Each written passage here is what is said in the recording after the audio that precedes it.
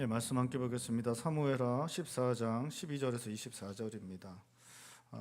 구약 성경 사무엘하 14장 12절에서 24절 말씀 교독하시겠습니다. 여인이 이르되 청하건대 당신의 의종을 용납하여 한 말씀을 내 주 왕께 여쭙게 하옵소서 하니 그가 이르되 말하라 하니라.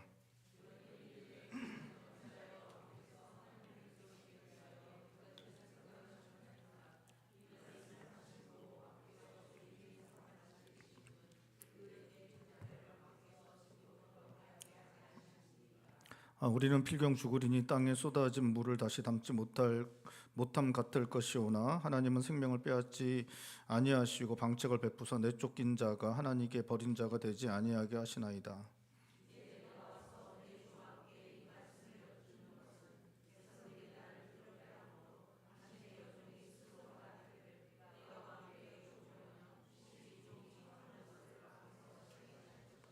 왕께서 들으시고 나와 내 아들을 함께 하나님의 기업에서 끊을 자의 손으로부터 주의 종을 구원하시리라 함이니이다.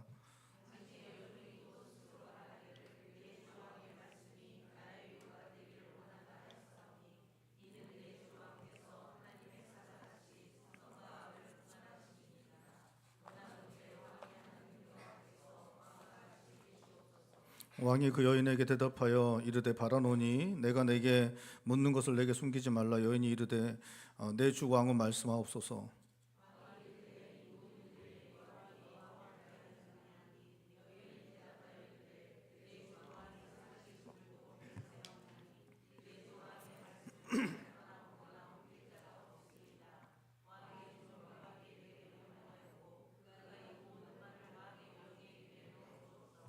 이는 왕의 종 요압이 이 일에 형편을 바꾸려 하여 이렇게 함이니이다.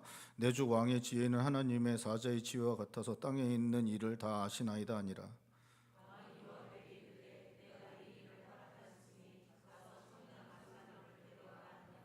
요압이 땅에 엎드려 절하고 왕을 위하여 복을 빌고 요압이 이르되 내 주 왕이여 주의 종의 구함을 왕이 허락하시니 종이 왕 앞에서 은혜 입은 줄을 오늘 아나이다 하고.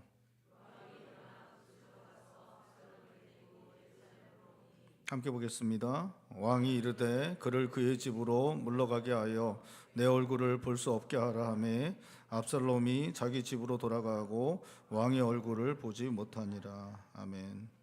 압살롬은 이복 형제인 암논이 자기의 친누이죠. 어머니 같은 누이인 다말을 성폭행하고 이제 버리니까 그것을 이제 마음에 담아두고 2년 있다가 이제 암논을 자신의 이복형인 암논을 살해하게 됩니다. 그리고 나서 이제 이렇게 도망을 이제 가게 됩니다. 그런데 이제 그렇게 압살롬이 자기의 친누이인 어머니 같은 누이인 다말을 위해서 암논을 이렇게 이제 죽이는데 이게 암논이 그 다말을 성폭행했기 때문에 이렇게 죽였고 그 일을 당했던 이 다말은 마음속으로는 뭐 위로를 받았는지 자기를 성폭행하고 버린 그러한 그 암논을 자기 오빠가 이제 죽였기 때문에 그것 때문에 이제 마음의 위로를 받고 좀 마음이 시원했는지는 모르겠지만 그 처지 형편은 조금 더 나아지는 것이 없었습니다. 이게 이제 신세가 이제 아주 처량하게 됐죠. 이 다말이 꽃 같은 나이에 아주 그 아름답고 예뻤던 그 소녀였는데 그 자기의 이복 형제인 그 암논에게 성폭행 당하고 그것도 모자라서 버림을 받았기 때문에 너무 처량한 신세가 되었는데 그것을 안 자신의 친오빠인 이제 압살롬이 이제 암논을 죽여버렸고 그 일 때문에 이제 마음에 위로받고 뭐 이제 속이 시원해졌는지 어땠는지 모르지만 실제 형편은 조금 더 나아진 것이 없었습니다. 이게 이제 압살롬이 이제 암논을 죽인 사건은 왕실과 전 나라 전체를 흔들 만한 그런 엄청난 사건이었습니다. 이제 형제가 형제를 죽인 것도 문제인데 이제 왕실에서 왕자가 다른 왕자를 죽인 일이었기 때문에 이게 이제 왕실과 전국을 흔드는 그러한 일이었고 이런 일이 일어나니까 이게 왜 죽였냐 그 이야기를 이제 할 수밖에 없고 하다 보니까 암논이 다말을 성폭행했고 버린 일들이 이제 자연스럽게 드러날 수밖에 없었습니다. 요즘도 이제 성폭행과 같은 문제들 일어나면 가해자가 피해자보다 이게 더 많은 벌을 받아야 되는데 피해자가 그 일 일어나면 더 많은 그런 어려운 일들이 일어나서 이게 우리 사회에서도 문제인데, 당시에는 뭐 여자의 그 입지가 너무 많은 차별을 받던 그러한 시대여서 이러한 일이 드러나게 되니까 다말의 상황은 더 좋지 않게 될 수밖에 없었습니다. 이게 피해자인데 더 많은 피해를 당하는 그런 일들이 일어날 수밖에 없었고, 여러분 이때 지금 다말의 실질적 보호자가 누구였냐면 압살롬이었어요. 이런 일을 당한 다음에 누구의 집에 가서 이 다말이 지냈냐면 자기의 친오빠인 압살롬의 집에 가서 지내게 되었다라고 성경이 기록하고 있는데, 이제 압살롬이 도망을 가니까 실질적 보호자인 압살롬도 이렇게 사라지게 된 것입니다. 그러니까 이제 그 성폭행 피해를 당함으로 말미암아 그 사실이 다 알려지게 돼서 너무 이제 쉽지 않은 그런 상황이 되었고, 자기를 보호해 주던 친오빠마저도 그 외국으로 도망가 버렸기 때문에 자기를 보호해 주는 실질적 보호자도 사라져 버렸기 때문에 이 가장 큰 피해자였던 이 다말의 상황은 더 좋지 않은 그런 일들이 일어나게 된 것입니다. 압살롬은 자기 동생 다말을 위해서 이런 일들을 했는데 다말의 상황은 더 좋아지지 않는 그런 일들이 일어나게 된 것입니다.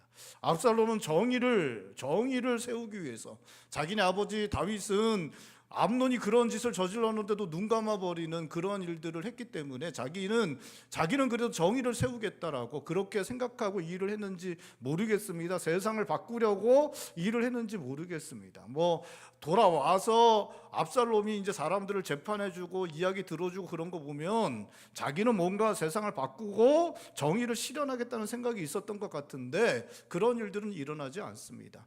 다말은 더욱 그 상황이 어려워졌고, 이 암논은 자기의 여동생을 강간한 강간범이 되었고, 그 다음에 압살롬은 자기 형을 살인한 살인자가 되는 일이 일어나게 됐습니다. 그리고 압살롬은 아버지를 피해서 도망가는 도망자 신세가 되어버렸습니다.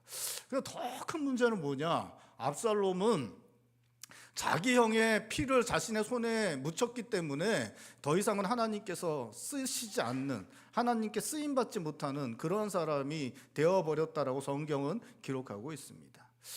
증오와 분노를 이게 쏟아내는 것, 증오와 분노로 원수를 갚는 것은 많은 경우 삶의 문제들을 해결하지 못할 때가 너무나 많습니다. 정의를 세우는 것, 또 뭐 사회를 변화시키는 것, 그걸 위해서 그 증오와 원수, 그 분노를 쏟아내고 원수를 갚고 뭐 이런 것들을 해야 된다라고 생각을 하기가 쉽지만, 사실은 그것을 통해서 삶의 문제들이 해결되는 경우는 많지 않습니다. 왜냐하면 세상은 복잡하기 때문에 그렇습니다.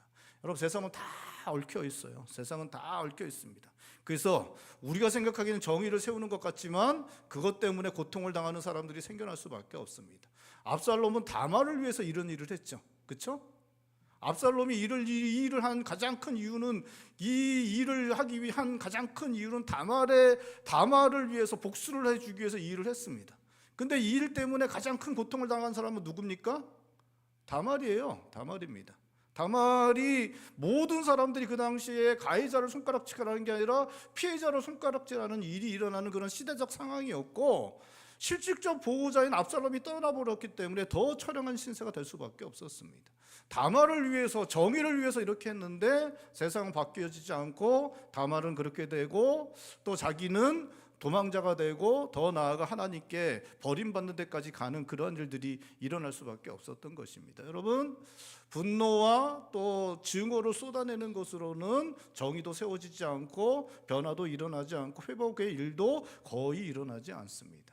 우리 자신이 망가지게 되고 삶의 문제는 더 복잡하고 어려워지게 되고, 가장 치명적인 것은 하나님으로부터 버림받게 되고 쓰임받지 못하는 일들이 일어나게 되는 것입니다. 다윗의 아들 중에 가장 뛰어난 아들이 누구였냐? 바로 압살롬이었습니다. 근데 압살롬은 하나님께 쓰임받지 못합니다. 압살롬은 자기의 힘으로 다말의 원수를 갚습니다. 그리고 돌아와서는 자기가 자기 힘으로 왕에 오르기 위해서 반란을 일으킵니다. 근데 반란은 진압되고 압살롬은 그 꽃 같은 나이에 죽음을 당하고 그 인생을 끝마치는 일이 일어나게 됩니다. 하나님께서 압살롬을 사용하시지 않습니다. 여러분, 정말 억울한 일을 당했던 사람이 누구냐? 다윗이었어요. 다윗은 정말 억울한 일을 당했습니다. 다윗은 사울에게 충성했습니다. 다윗이 사울에게 바친 것은 충성과 전쟁에서의 승리밖에 없었습니다. 그런데 사울이 이유도 없이 다윗을 미워하였고 다윗은 사울을 피해서 도망하는 신세가 되었습니다. 너무나 억울한 상황이었습니다. 그런 억울한 상황 가운데 다윗이 사울을 죽일 수 있는 기회를 여러 번 맞이했습니다. 죽이면 됐죠. 죽이면 모든 억울한 상황도 끝나고 이제 좋은 날들을 기대할 수 있는 그런 상황으로 바뀔 수 있었습니다. 야, 이게 하나님께서 이런 것들을 허락하신데 이게 죽이는 게 하나님 뜻 아닐까라는 생각을 할 수도 있는 상황이었습니다. 그런데 다윗은 그렇게 하지 않습니다. 억울함을 풀지 않죠. 증오와 분노를 사울에게 쏟아내지 않습니다. 그 안에서 하나님의 뜻을 해야 됩니다. 하나님께서 기름 부음 받은 자를 죽일 수 없다, 그렇게 결단하고 하나님의 뜻을 따라서 그 일들을 참고 견뎌내고 그렇게 받아들이며 소화하고 그렇게 끝내고 있습니다. 그렇게 행한 다윗에게 하나님께서 은혜를 베푸시고 사울은 블레셋 사람들에게 죽임을 당하고 그 이후에 다윗은 이스라엘의 왕위에 오르게 됩니다. 하나님께서 다윗을 들어 사용하시는 것입니다. 사랑하는 성도 여러분, 증오와 분노로는 세상을 변화시킬 수 없습니다. 증오와 분노는 문제를 더 어렵게 만듭니다. 우리가 이제 피해를 당하고 억울한 일을 당할 때가 있습니다. 여러분, 그럴 때 우리는 그 일들을 합당한 선 안에서 해결해야 됩니다. 피해받은 것, 그 선 안에서 그것을 보상을 받아야 됩니다. 보상받지 말고 끝내라는 게 아니라 보상을 받을 때 합당한 선 안에서 보상을 받으려고 해야 됩니다. 합당한 선 안에서 그 문제를 해결해야 됩니다. 분노와 증오를 쏟아내고 독한 마음을 키워내서 그 문제를 해결하려고 해서는 안 됩니다. 더 큰 것으로 갚아주려고 해서는 안 됩니다. 그렇게 하는 것으로는 그 문제를 해결할 수도 없고 나를 망치고 그 문제를 더 어렵게 만들고 치명적인 것은 하나님으로부터 멀어지게 되고 하나님께서 함께 하시지 않고 쓰임받지 못하는 데까지 나아갈 수 있는 것입니다. 억울한 일 당하고 힘든 일 당할 때 정말 많죠. 그런 일들이 많죠. 그럴 때 우리는 하나님의 뜻을 헤아리려고 하여야 합니다. 독한 마음을 키워내는 것이 아니라 하나님의 뜻을 헤아리려고 합니다. 하나님 뜻을 헤아리면서 몸부림치고 하나님의 뜻이 무엇인지 알려고 참고 견디며 그러한 시간들을 보내야 합니다. 그러할 때 하나님께서 은혜로 우리를 만져주십니다. 하나님의 뜻을 알려고 억울한 일 앞에서 하나님의 뜻을 알려고 몸부림치는 우리의 마음을 하나님께서 만져주십니다. 은혜로 우리를 다루어 주십니다. 우리를 회복시키시고 우리를 단련시키시고 우리를 성장시키시고 온전케 하십니다. 그리고 우리를 사용하여 주시는 것입니다. 사랑하는 성도 여러분, 분노와 증오, 독한 마음을 키워내는 것 아니라 하나님의 뜻을 헤아리실 수 있는 성도님들 되시길 바랍니다. 제가 매번 드리는 말씀이지만 우리는 어렵고 힘든 일들 만날 수밖에 없습니다. 왜냐하면 우리는 너무 연약하기 때문에. 우리는 인생의 한계가 너무 분명해요. 그렇죠? 인생의 한계가 너무 분명합니다. 또 우리는 죄된 본성을 갖고 있어서 잘못된 거 선택하기가 너무 많죠.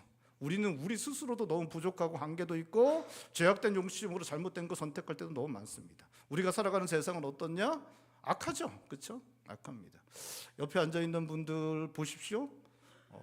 되게 좋아 보이지만 사실은 좋은 사람들은 아니에요. 아내가 앉아있고 남편이 앉아있으면 좀 그렇지만 어쨌든 우리도 악하고 함께 살아가는 사람들도 악하기 때문에 나도 연약하고 부족하고 내가 뭐 천재도 아니고 뭐 하나님 같은 전능한 능력이 있는 것도 아니고 한계가 너무 분명하기 때문에 실수하고 넘어질 때도 내 스스로도 너무나 그렇게 많이 하고 육체도 너무 연약하고 또 살아가는 삶의 환경도 악한 것들이 가득하기 때문에 삶의 문제는 계속해서 일어날 수밖에 없습니다. 나이가 들면 들수록 또 나만 그런 게 아니라 내 남편도 생기고 자녀들도 생기기 때문에 자녀들이 힘들면 나도 힘든 거잖아요. 그렇죠?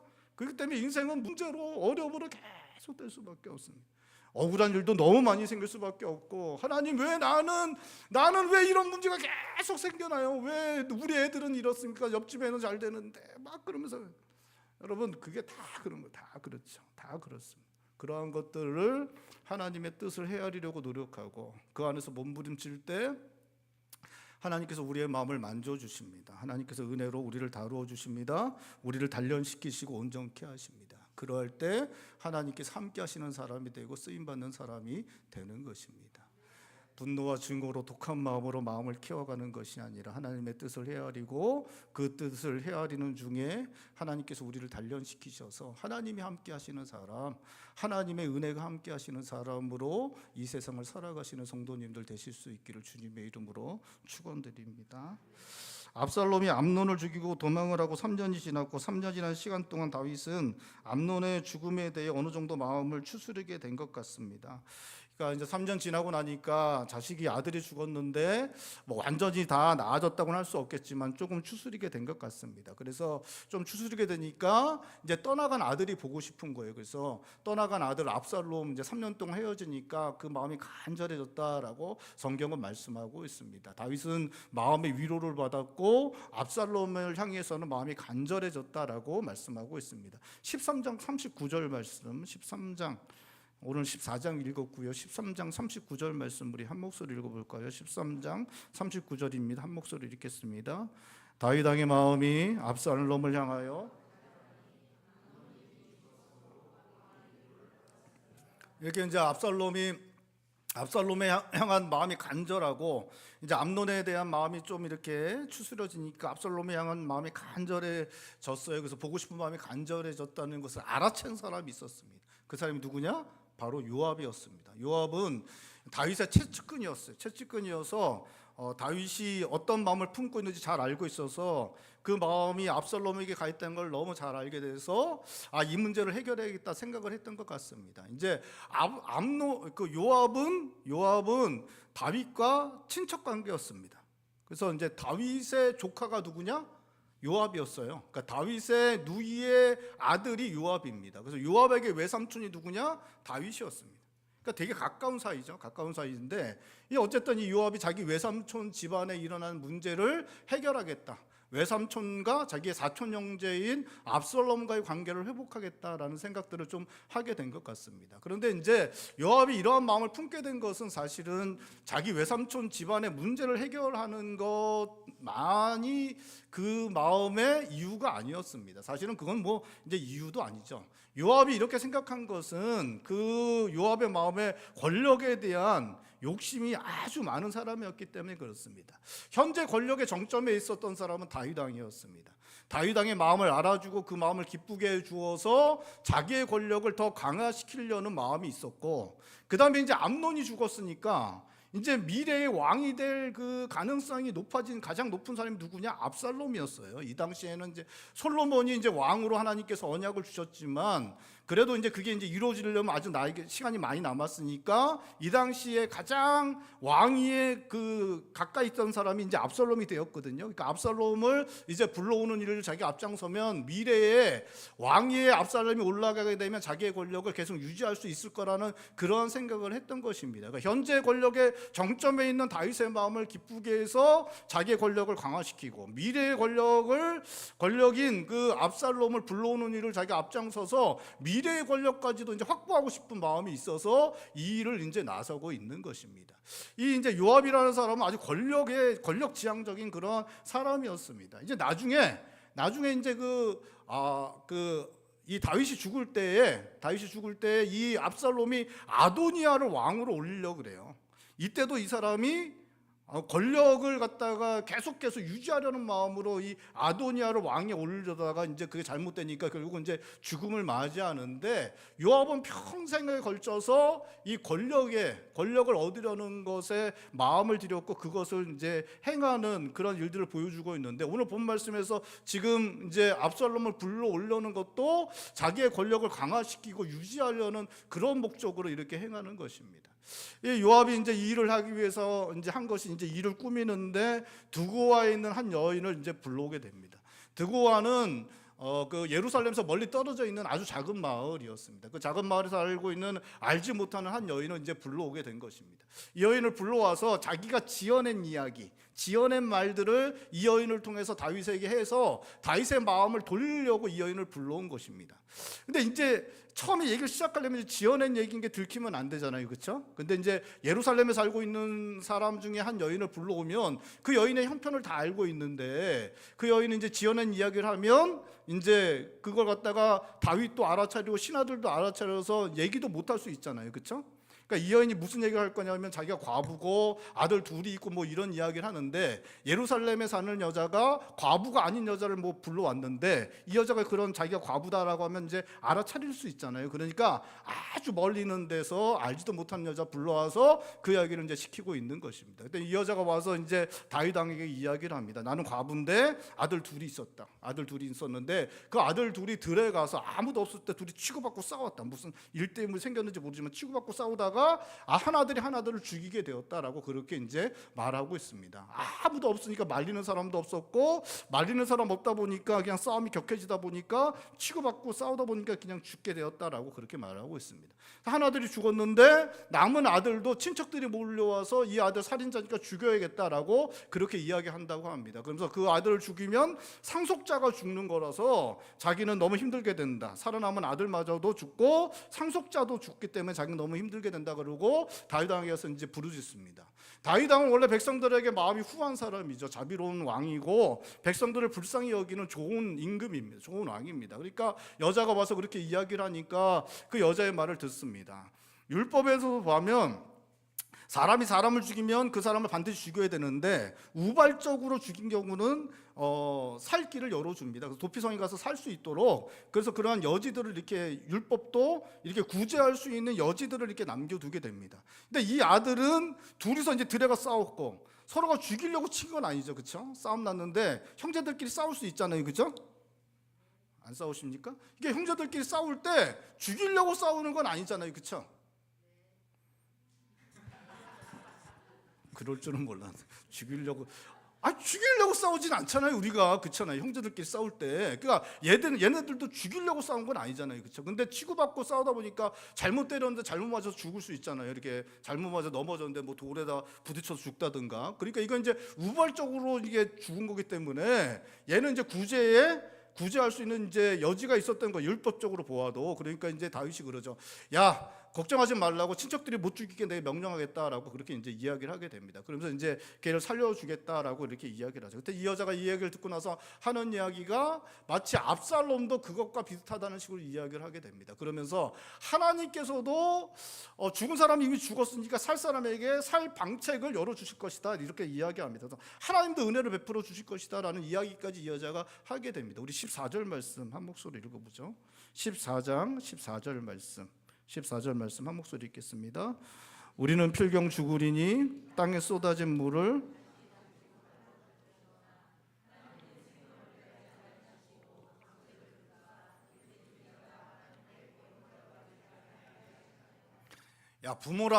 부모라면 자식들끼리 싸우다가 죽어도 살아남은 애는 살리고 싶은 게 부모의 인지상정 아니냐.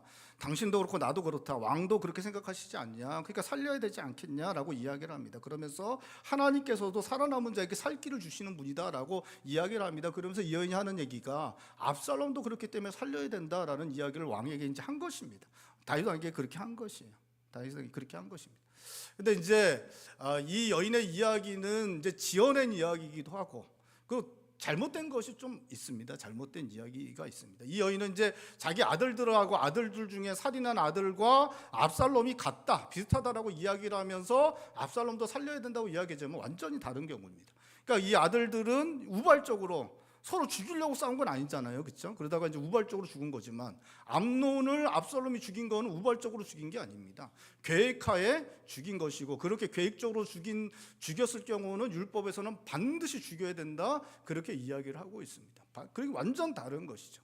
이 여인이 이제 하나님에 대해서도 이야기하는데 잘못 이야기한 것입니다. 하나님은 자비로우신 분이시고 사람들에게 살 길을 열어주신 분은 맞지만 하나님은 회개하는 자들에게만 그렇게 하십니다. 회개하지 않고 완고한 자들에게 하나님은 살 길을 열어주시지 않습니다. 그리고 그렇게 살 길을 열어주실 때도 징계받아야 될 것들은 징계받아야 된다라고 그렇게 말씀하시는 분이십니다. 보응받아야 될 건 보응해야 된다라고 말씀하시는 분이 하나님이신 것입니다. 이 여인이 이야기하는 것 다 잘못된 것들이 너무 많은 것이죠. 많은 것인데 이 여인은 이런 말들로 그 다윗을 갖다가 설득하고 있습니다. 다윗이 근데 이 이야기를 듣고 그 설득에 놀랍게도 넘어갑니다. 다윗은 원래 이렇게 설득하면 넘어가는 사람이 아니거든요. 율법을 정확하게 알고 있고 상황 파악이 정확하기 때문에 넘어가는 사람이 아닙니다. 근데 다윗은 이러한 이야기를 듣고 싶었었어요.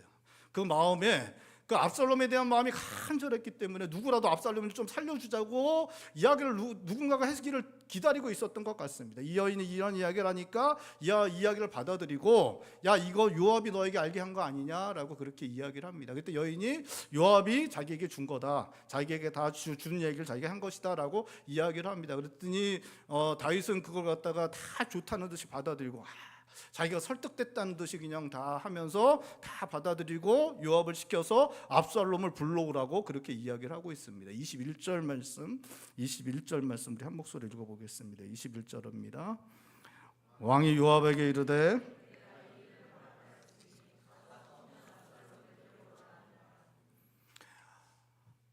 다윗은 요압이 그 여인을 통해서 다윗을 설득한 대로 이제 그 설득을 당해주고 그렇게 하고 있습니다. 이게 이제 참 재밌는데요. 이게 재밌는데요. 요압이 다윗을 설득한 것인가? 요압이 그 여인을 통해서 다윗을 설득한 것인가? 설득을 당한 것인가? 설득을 당해준 것인가? 여러분, 설득을 당한 겁니까? 설득을 당해준 겁니까? 당해준 거예요. 자기가 원래 원하는 거를 놀랍게도 요압이 알아차렸고 요압이 그것을 해주었고 다윗은 그것을 갖다가 설득을 당해준 것입니다. 그래서 어쨌든 요압이 설득한 대로 설득을 당해주고 압살롬을 불러오게 됩니다. 그런데 압살롬을 불러온 것은 다윗이 잘못한 것입니다. 압살롬을 불러오는 것은 해서는 안 되는 일을 한 것입니다. 압살롬은 자기가 지은 죄에 대해서 벌을 받아야 되는데 벌을 받지 않았기 때문에 그렇습니다. 하나님께서 정하신 대로 벌을 받아야 되는데 벌을 받지 않았습니다. 압살롬은 더 오래 쫓겨나 있었어야 돼요. 3년밖에 안 있었는데 더 오래 쫓겨나 있었어야 됐어요. 만약에 불러온다면 이런 식으로 불러오면 안 되죠. 이렇게 불러오면 그 죄를 사면해 주는 것이고 왕자로서의 지위를 복권해 주는 거거든요. 지금 이렇게 불러오게 되면, 그러니까 더 이상 이제 너 죄 묻지 않겠다, 너는 그냥 왕자로 왕의 아들의 지위를 복권시켜 주겠다라는 의미로 이렇게 불러오는 건데, 이렇게 하는 건 잘못된 거고, 불러오더라도 포승줄에 묶어서 벌을 주겠다고 잡아서 끌고 오는 식으로 데리고 왔어야 되는데 이런 식으로 불러오는 것은 잘못된 것이었습니다. 압살롬은 벌 받지 않았습니다. 압살롬은 3년 동안 어디 가 있었냐? 자기 외할아버지 집에 가 있었습니다. 외할아버지가 이제 그수랑 달메라는 사람인데 이 사람 집에 가 있었습니다. 그 집에 가 있는 동안에 이 사람 그 압살롬을 얼마나 그 할아버지가 잘해줬겠습니까? 그렇죠? 여러분, 저기 손주 계신 분들 있으면 아들이 예쁩니까? 손주가 예쁩니까? 네? 그렇죠. 손주가 더 예쁘시죠? 예, 그냥 하겠습니다. 예, 뭐 어떻게 생각하시든 제가 하고 싶은 대로 하겠습니다. 손주가 더 예쁘잖아요. 그렇죠? 이 외할아버지도 손주가 예쁜 거죠. 손주가 예쁩니다. 그리고 그 당시에는 이게 왕에게 그 아내들이 많아서 그 아내들마다 아들들이 있잖아요. 다 경쟁적 관계입니다.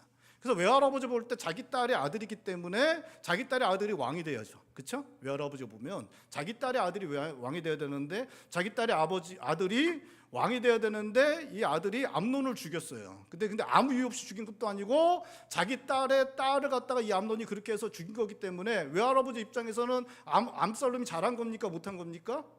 잘한 거죠. 너무 잘한 겁니다. 그리고 경쟁자 하나 죽였고 또 자기 딸의 딸, 자기 손녀를 그렇게 한 놈은 죽어 마땅한 놈인데 나라도 그렇게 했을 것이라고 외할아버지가 생각했기 때문에 이 압살롬이 그 자기 할아버지 집에서 3년 동안 지낸 동안 호의호식하고 아주 좋은 시간들을 보냈을 것입니다. 그러니까 징계받지 않은 3년 동안 예루살렘 떠나서 거기 가 있었지만 그곳에서 호의호식하고 편하게 지내다가 왔습니다. 징계받지 않고 그렇게 지내다 왔어요. 돌아와서 아니나 다를까 보여주는 태도는 조금의 반성도 없고 회개하지도 않는 그런 모습입니다. 조금도 변하지 당당한 모습을 이 압살롬이 보여주고 있습니다. 우리 32절 말씀 한 목소리 읽어보죠. 32절 말씀 한 목소리 읽겠습니다. 압살롬이 요압에게 대답하되 내가 일찍이 사람을 내게 보내 너를 이리로 오라고 청한 것은 내가 너를 왕께 보내 아뢰게 하기를 어찌하여 내가 구슬에서 돌아오게 되었나이까 이때까지 거기에 있는 것이 내게 나았으리다 하려 함이로다. 이제는 내가 나로 하여금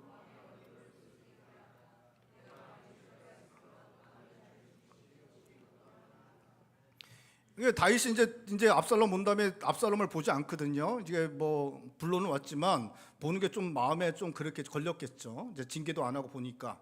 그러니까 이제 안 봤으니까 이 사람이 보게 해달라고 하면서 하는 얘기, 이런 식으로 하면 날 왜 불러왔냐고, 그냥 놔두는 게 낫다 그러면서, 아버지 좀 내가 잘못했으면 나 차 죽여라 뭐 이딴 얘기하면서 너무 당당하고 반성하지도 않습니다. 이 반성하지도 않고 당당하고 자기는 정의로운 일을 했다고 스스로 생각을 합니다. 그랬던 이 사람이 한 게 뭐냐? 결국은 반란을 일으키죠. 아버지는 아직도 정의롭지 않다고 생각해서 자기가 정의로운 나라, 좋은 나라 만들겠다 생각하고 백성들 모아서 반란을 이끌고 결국 국가가 내전이 일어나고 수많은 백성들이 고통을 당하는 일들이 일어나게 되는 것입니다. 하나님께서 원하시는 것과 전혀 다른 일들이 일어나게 되고 결국 일 때문에 다윗도 고통당하고 백성들도 고통당하는 일들이 일어나게 되는 것이죠.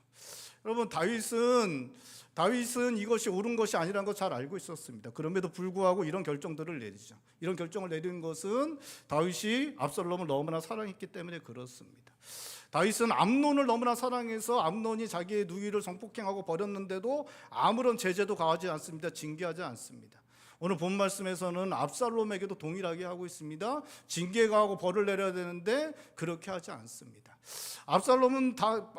다윗은 압살롬을 너무나 사랑했죠. 그래서 그 국가적인 내전이 일어나서 그런 일들을 갖다가 압살롬이 일으켰는데도 불구하고 그 반란을 진압하는 과정 가운데 부하들에게 가서 그냥 매달려서 부탁합니다. 압살롬만 살려달라고.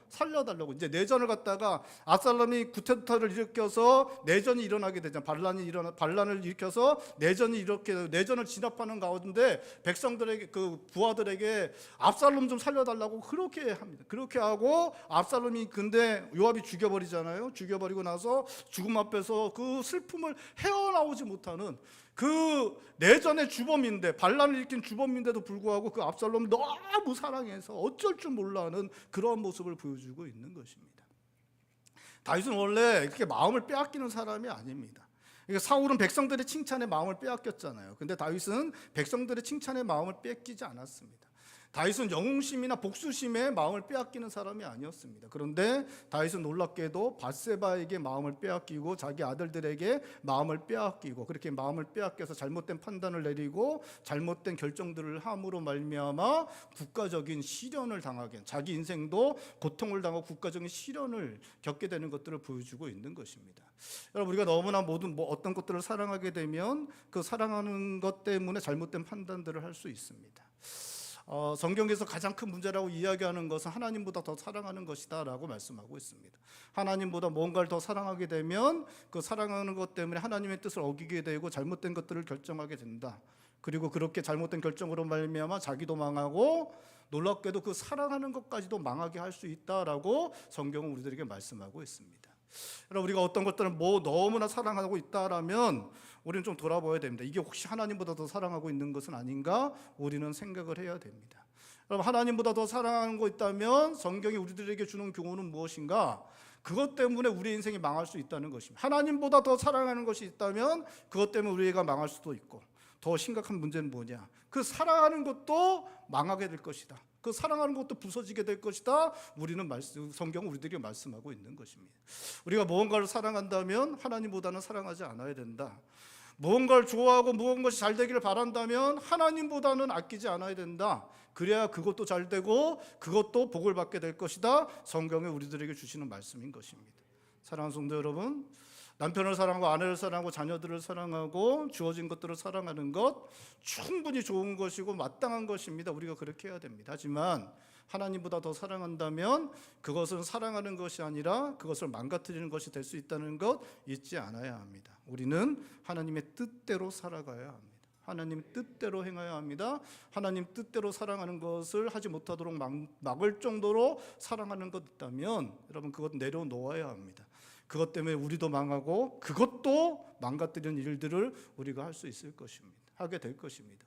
어찌하든지 하나님의 뜻대로 살아가신 성도님들 되시길 바랍니다. 하나님 뜻대로 살아서 우리 인생도, 우리가 사랑하는 것도 더 아름답게 복되게 만들어 가실 수 있는 성도님들 되시길 바랍니다. 이 일들을 행하도록 한 사람이 바로 요압입니다. 요압이 이 일을 만들어낸 사람이고 행한 사람입니다. 요압은 다윗의 인생을 이야기할 때 빠져들일 수 없는 사람입니다.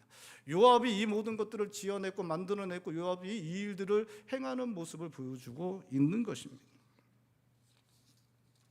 오늘 본 말씀에서도 요압은 동일하게 다윗이 원하는 것이 무엇인지 알아챘고 그것을 다윗이 원하는 대로 이루어줌으로 자신의 권력을 더욱 견고히 해나가는 그런 모습을 보여주고 있습니다. 우리가 지난 시간까지 다 알아본 대로 밧세바의 일로 말미암아 다윗이 골치 아파할 때 이 일을 누구에게 맡겼냐? 요압에게 맡겼더니 요압이 이 일을 갖다 깔끔하게 처리하는 그런 모습들을 보여주고 있습니다. 요압은 다윗의 마음을 잘 알고 있었고 다윗이 원하는 것은 무엇이든지 이루어주는 사람이었고 그것을 통해 자신의 권력을 강화해 나가던 사람이 바로 요압이었습니다. 다윗은 자신이 원하는 것을 무엇이든지 알아차리고 그것을 이루어주는 요압이 위험한 인물이라는 것을 잘 알고 있었습니다. 요압은 정의롭지 않았고 하나님 앞에서 신실하지 못하다는 것을, 요압은 하나님 뜻보다 다윗이 원하는 대로 행하도록 하는 사람이라는 것을 다윗은 잘 알고 있었습니다. 그래서 요압이 자기가 원하는 대로, 다윗이 원하는 대로 해주는 것들을 받아들이고 그대로 하면 자기도 하나님의 뜻대로 할 수 없게 될 수 있다는 것을 잘 알고 있었습니다. 그럼 요압은 정의로운 사람이 아니었습니다. 요압이 다윗에게 우리아를 죽이라고 했거든요. 우리아를 전쟁이 심한 곳에 가서 죽이라고 했더니 요압이 한 게 뭐냐면, 우리아만 죽이면 좀 문제가 되잖아요, 그렇죠? 우리아만 이렇게 가라 그러면 좀 드러나잖아요, 그렇죠? 그러니까 어떻게 하냐면 그 부대 전체를 갖다가 성벽 가까이 보냅니다. 성벽 가까이 보내요. 그래서 성벽 가까이 들어갔더니 우리아만 죽은 게 아니라 그 성벽 가까이 들어간 병사까지도 다 죽습니다. 그러니까 이 요압은 다윗이 시키는 일을 하기 위해서 우리아만 죽인 게 아니라 누구까지 죽였냐면 같이 있었던 그 부대에 있었던 병사들까지 다 죽여요. 그러니까 이 사람이 바로 요압이라는 사람입니다. 그러니까 자기가 모시는 주군이 원하는 일이라면 그 일을 하기 위해서 우리아만 죽이는 게 아니라 병사들까지도 죽이는 그러한 일까지도 할 수 있는 사람이 누구냐? 요압이었어요. 요압은 정의로운 사람이 아닙니다. 정의로운 사람도 아니고 하나님 앞에 신실한 사람도 아니었습니다. 요압은 다윗이 원하는 것을 무엇이든 하는 사람이고, 그런 사람이 그렇게 해주면 다윗이 자기도 더 자기가 하고 싶은 대로 할 수 있고, 그러다 보면 하나님 뜻대로 하지 못할 수 있다는 걸 다윗도 잘 알고 있었습니다. 그래서 다윗은 요압을 멀리 하려는 노력들을 좀 했고, 그래서 또 사람들에게 그렇게 해요. 요압이 너무 힘이 셌기 때문에 요압을 쳐내지 못했다라고 그렇게 이야기를 합니다. 그러니까 요압이 너무 힘이 세니까, 군부를 장악하고 있으니까 자기가 요압을 쳐내지 못한다. 자기도 요압이 마음에 안 들지만 어쩔 수 없다, 그냥 같이 간다, 뭐 이런 얘기들 많이 합니다. 그래서 요압의 형제들, 그들이 군부를 장악하고 있었기 때문에 그들을 쳐내지 못해서 자기가 이 사람하고 함께 갈 수밖에 없다는 그런 얘기들 합니다. 근데 이게 다 변명이죠, 그렇죠? 그렇죠? 여러분, 이 이스라엘 군대에서 제일 힘 있는 사람은 누굽니까? 예? 다윗입니다. 다윗은 이스라엘 군대를 장악했던 사람이에요. 예, 로마사를 이렇게 보면, 로마사에 이제 그 지도자들이 되는 사람들이 있습니다. 지도자들이 되면 이 지도자에게 반드시 필요한 게 군대 경험이에요. 군대 경험. 그러니까 이제 군인 출신이 있을 수 있고 군인 출신이 아닐 수도 있잖아요. 지도자가 될 때 뭐 우리나라 대통령도 마찬가지, 왕도 마찬가지입니다. 근데 왕이 군인 출신인 게 너무 중요한 게, 군인 출신이어야 군부를 장악할 수 있는 거죠. 그러니까 다윗은 군인 출신이잖아요. 장수 출신입니다. 그 다윗은 골리앗을 쳐 죽인 전설적인 인물이에요. 그러니까 다윗이 군대에 딱 들어간다. 그리고 왕이 군대에 들어간다 그러면 군대 전체가 충충충충 하면서 다윗을 위해서 열광하는 그러한 상황이었습니다. 그러니까 요압과 요압의 형제들을 다윗이 쳐서 이게 없애는 게 쉽지는 않겠죠. 그들이 이제 장악력이 있으니까. 근데 그것을 못할 정도냐? 그렇지 않다는 거예요. 다윗, 왜냐하면 모든 군대가 누구에게 충성하고 있었어요? 다윗에게 충성하고, 군인 출신이고 골리앗을 쳐 죽인 전설적인 영웅이 다윗이었기 때문에 다윗이 마음만 먹으면 이 군부에서 요압과 요압의 형제들 다 쳐낼 수 있었습니다. 근데 다윗은 그렇게 하지 않죠. 다윗은 못한 게 아닙니다. 사실 안 한 것이죠. 안 한 것입니다. 왜냐하면 요압이 자기의 뒤처리를 다 해주었기 때문에 그렇습니다. 요압이 하나님 앞에 신실하지도 않고 정의롭지도 않고 자기를 옳은 길로 인도하지 않는다는 걸 다 알고 있었습니다. 하지만 요압은 자기가 원하는 일들을 다 해주었습니다. 다 해주었고, 그리고 그것을 통해 자기 자신의 권력을 강화한다는 것도 다 알고 있었습니다. 하지만 다윗은 그 모든 것을 알고 있었지만 요압 같은 사람이 필요했기 때문에 그냥 내버려 두고 있는 것입니다. 오늘 본 말씀에서도 다윗은 요압을 통해 자신이 원하는 일을 하고 있습니다. 하지만 그것은 하나님의 뜻과 거리가 먼 것이었고 결국에는 국가적인 환란을 겪게 되고 아들은 죽임을 당하는 그러한 일로 마무리되고 있는 것입니다. 요압을 통해서 요압이 마치 이러한 일들을 행한 것처럼 보여주고 있지만 사실은 그것은 다윗이 요압을 통제하지 않음으로 자기가 한 것이고 그것을 통해서 결국 국가적 환란을 초래하고 자기의 아들은 죽임을 당하는 그러한 일들이 일어나게 된 것입니다. 우리의 마음을 알아주고 우리를 지지해주고 우리가 원하는 일을 이루어주는 사람은 우리에게 너무나 필요한 사람이고 사실은 귀하기까지 한 사람입니다. 우리는 그러한 사람을 가까이 하려고 합니다. 그러한 사람과 함께 하려고 합니다. 그러한 사람이 우리 인생에 있다는 것, 우리 인생을 너무나 유익하게 하는 것이고 사실 복된 것이기도 합니다. 여러분, 다윗에게 요압 같은 사람이 있는 게 얼마나 복된 것입니까? 그렇죠? 예? 저도 제 주위에 요압 같은 사람이 있으면 좋겠습니다. 진짜 얼마나 좋습니까? 얼마나 좋아요. 자기 마음을 알아주고 내가 원하는 거 다 해주는 사람이 있다는 게 이게 얼마나 좋은 겁니까? 그렇죠? 사실은 복된 것이에요. 복된 것이에요. 근데 문제는 그 사람이 하나님을 두려워하지 않고 하나님을 믿지 않는다면 그 사람 때문에 우리가 하나님의 뜻과 정반대로 갈 수 있다는 것, 그것이 문제이지 사실은 그런 사람이 있는 것은 우리의 인생을 유익하게 하고 우리에게 복된 것이 훨씬 더 많은 것입니다.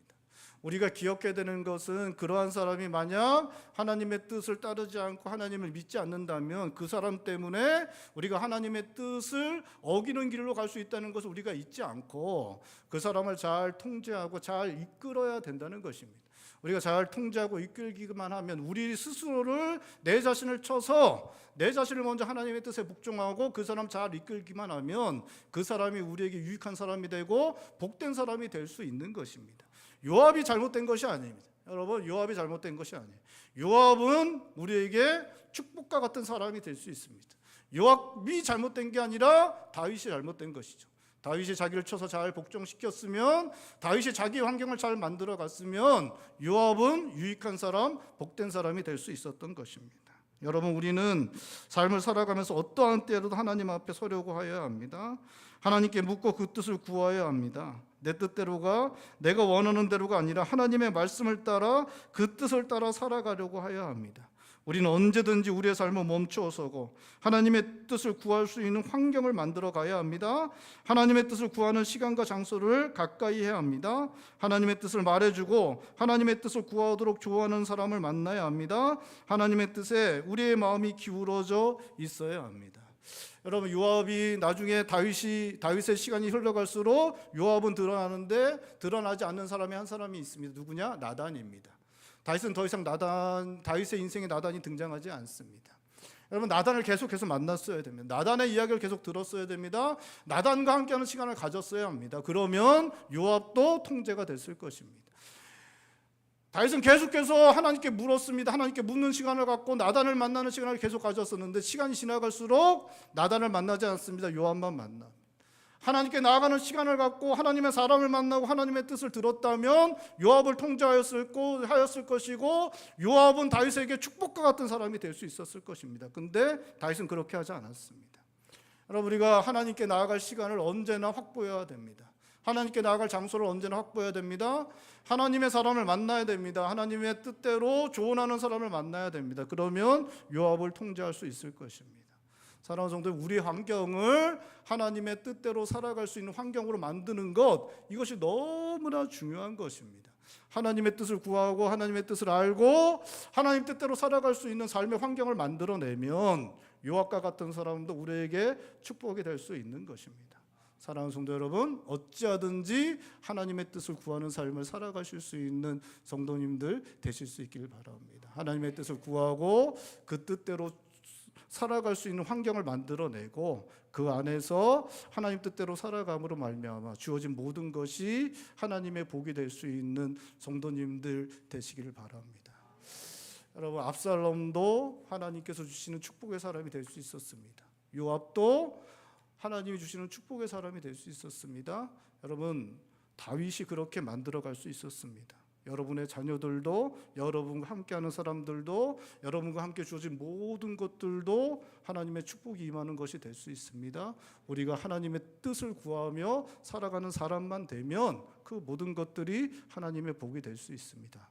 믿으실 수 있길 바랍니다. 함께 기도하시겠습니다. 기도하실 때 하나님, 우리가 우리의 삶을 잘 쳐서 하나님의 뜻대로 순종하는 삶을 살아내고, 그래서 압살롬도 요압도 하나님의 축복이 되는 역사가 일어나는 삶을 살아가게 하여 주시옵소서. 우리 한 목소리 함께 기도하겠습니다. 기도합니다.